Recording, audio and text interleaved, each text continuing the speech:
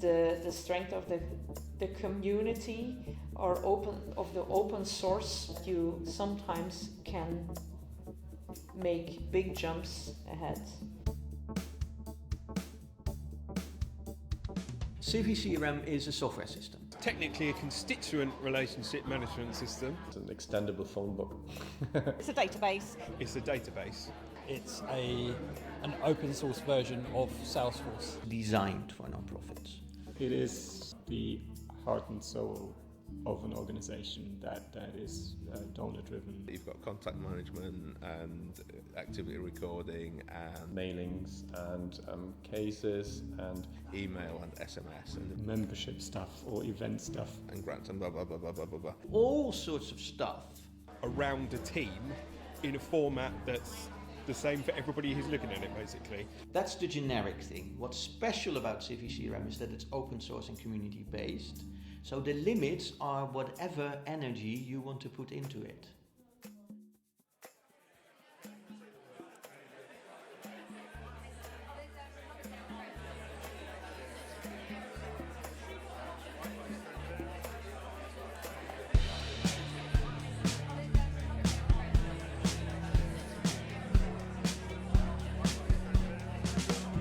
It's a really nice, welcoming community, actually. Every 6 to 12 months, come down to an event like this, catch up with old friends now. Today, when I had that question about the event, it was so nice because everybody chipped in and you could try this and that, and I was presented with sort of 3 different options for my problem. The development you do for your organization, it's out there. If somebody else can use it for their organization, just go ahead and use it or build on it.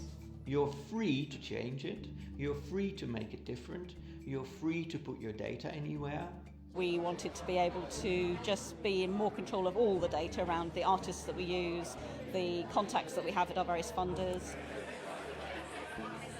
We're a society that's been going for nearly 200 years, so there's a lot of proprietary technology in use. One of the things I like about open source technology is I don't have to ask permission to try something, whereas if there's a bill, I have to ask the person who's got the money. For an organization like Amnesty, using CiviCRM means that they can manage their petitions, their donations, their activists, their groups, their yearly member meeting, all in one system.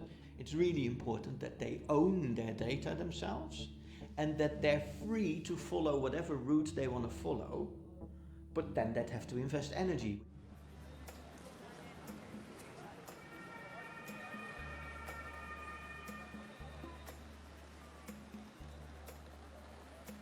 For Amnesty, it was a quite deliberate choice to go and use an open source tool. We didn't want to be stuck with high license prices or forced upgrades where we weren't ready for. And in a way, we want to be able to move at our own pace. This sprint approach allows us to work together as a team to say, this is what we want to achieve and this is how we're going to do it. The budget will allow for 11 sprints, and with that budget we will make it better. One sprint is 2 days when Civi developers are coming over to our office, and then we assign the priority issues, discuss them, and we work really focused. We do some really focused work. If it needs to be built from scratch, you pay. But if you can start from something that is an extension that is already out there, you can just start using it.